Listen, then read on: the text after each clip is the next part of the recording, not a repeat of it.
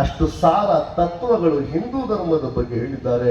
ಅಷ್ಟು ಶ್ರೇಷ್ಠವಾಗಿರ್ತಕ್ಕಂಥ ಹಿಂದೂ ಧರ್ಮ ಇದು ಅಂತ ಹಿಂದೂ ಸಂಗಮ ಅಂತಕ್ಕಂತಹ ಕಾರ್ಯಕ್ರಮನ ಈ ದಿವಸ ಇಲ್ಲಿ ಏರ್ಪಡಿಸಿರ್ತಕ್ಕಂಥ ಈ ಒಂದು ಸಮಿತಿಯರಿಗೆ, ಹಿರಿಯರಿಗೆ ಮತ್ತು ನಿರ್ದೇಶಕರಿಗೆ, ಪ್ರತ್ಯಕ್ಷವಾಗಿ ಪರೋಕ್ಷವಾಗಿ ಯಾರೆಲ್ಲ ಪಾಲ್ಗೊಂಡಿದ್ದಾರೋ ಅವರೆಲ್ಲರಿಗೂ ಸಹ ಭಗವಂತನ ಕೃಪಾ ಕಟಾಕ್ಷ ಲಭ್ಯವಾಗಲಿ ಅಂತ ಹೇಳ್ತಾ ಪುರಂದರದಾಸರು ಹೇಳ್ತಾರೆ, ಮಾನವ ಜನ್ಮ ಇದು ದೊಡ್ಡದು, ಇದು ಹಾನಿ ಮಾಡಲು ಬ್ಯಾರಿ ಹುಚ್ಚಪ್ಪಗಳಿರ. ಮನುಷ್ಯ ಜನ್ಮ ದೊಡ್ಡದು ಅಂತ ಹೇಳಿದ್ರು.